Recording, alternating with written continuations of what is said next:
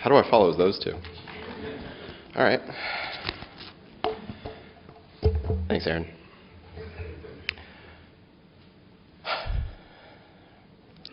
I am not super thrilled to be up here again, but like my dad would, we're going to smile, laugh at something silly, like we already have, and get through it. Thank you all for coming today. This really was not my dad's favorite place to hang out. If he had his way, we would keep this short, get out of here, and move on to somewhere more fun. Fortunately for all of us, Losantiville happens to be one of his favorite places in the world, so we hope to see many of you there later. So many of you have reached out to us with stories about Dad, and we would love for people to share those stories together later. For those of, well, now you do know, my dad had Alzheimer's dementia and had reached the point where he needed care around the clock. I want to take a moment to thank the people who helped us care for him during this last year especially. Our lives could not have been what they were without the tremendous support we received. To the entire team at Home Matters, you are family now.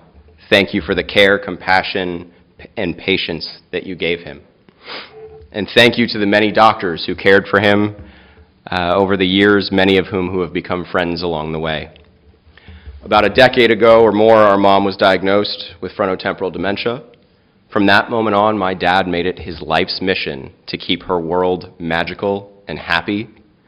In some ways, when his own form of dementia developed years later, it only sharpened that focus.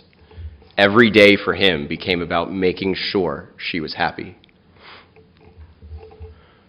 We learned how to love from him, and we learned how to love fiercely. My dad and I certainly had our moments where we butted heads about decisions towards the end of my mom's life.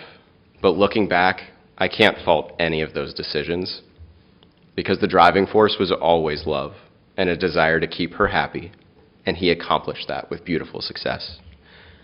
Today, though, I want to tell you who he was to me, the dad who shaped me. I grew up in what can only be described as another magical bubble. My dad was exactly the dad I needed. Supportive, nurturing, attentive, and above all else, he was attuned. He somehow knew when something was wrong before I even said a word. If I didn't feel well, if something was bothering me, if I was stressed, he knew. He had this incredible ability to understand people, and that ability extended far beyond our family. Over the years, I've had so many people come up to me and say something like, "Did you know your dad did this for me?" Or, "Did you know your dad helped me with this?" Most of the time, my answer was no. But again, that's just who he was. He quietly showed up for people. He helped people wherever he could, whenever he could, often in ways nobody knew about. He coached soccer, softball, tennis, basketball, baseball. He was a camp counselor. He loved water skiing. Growing up, many of our summers we spent on lakes. But he had that amazing ability to connect with people, to entertain them, to disarm them, to make them feel comfortable. And he loved conversation. One of his favorite conversations to have was asking me about my work. He loved hearing about the complicated social dynamics of what I do. Even as his memory began to fade, there was one question he never stopped asking me. Over and over again, he would ask, "How do you not take all of that emotional stuff home with you? How do you protect yourself? Are you okay?" At some point, I realized he'd asked me that same question hundreds of times. But the reason that he asked wasn't his memory failing. It was love. Now, my dad loved jokes. Some of them, as we all know, made absolutely no sense. And I apologize to anyone who was ever on the receiving end of one of his jokes that left you completely confused, especially if he called you a legend in your own mind. But humor was one of his superpowers. It was how he connected with people. It was how he made people feel comfortable. Even though my mom was technically the cheerleader in the family, if you had put pom-poms in my dad's hands, Walnut Hills might have had an even better squad in '61.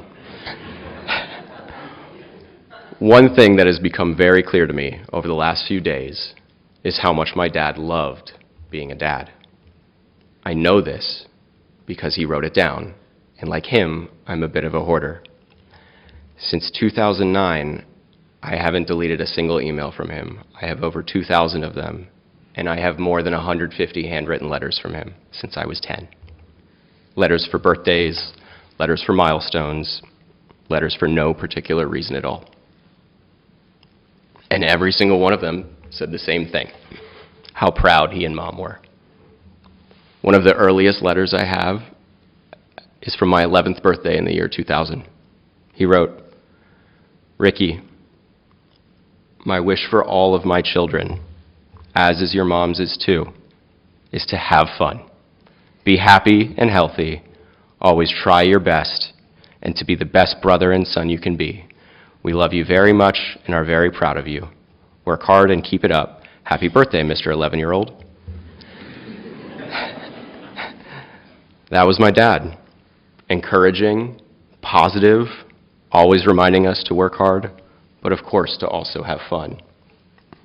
Years later, when I was graduating from medical school, he wrote me a much longer letter reflecting on a memory from when I was a toddler. He wrote, "When I think back to when you were a toddler and on the car ride we took on the way to Cincinnati Children's, and you were in the front seat with your head on my lap struggling to breathe, and we got into Children's, and you took an unbelievable interest in just about everything you saw. And on our way out, someone said, 'He probably has asthma.' My heart sank because I really didn't know what the next steps were.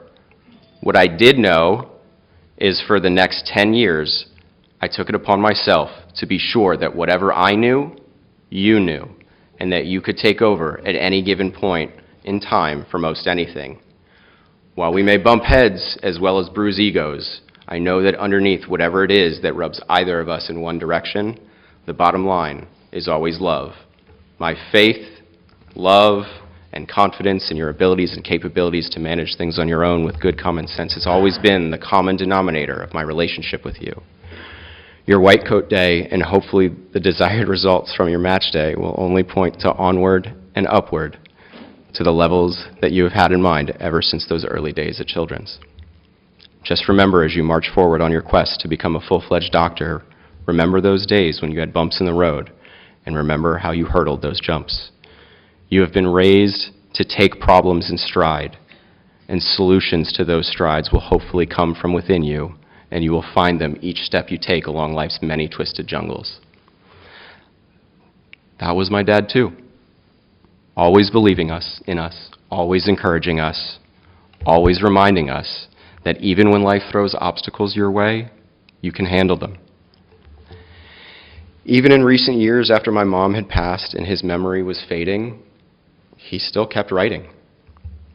In July of 2024, when I moved into my first home, he sent a note saying, "Needless to say, I am very, very proud of you, and I'm sure Mom would echo this praise and more.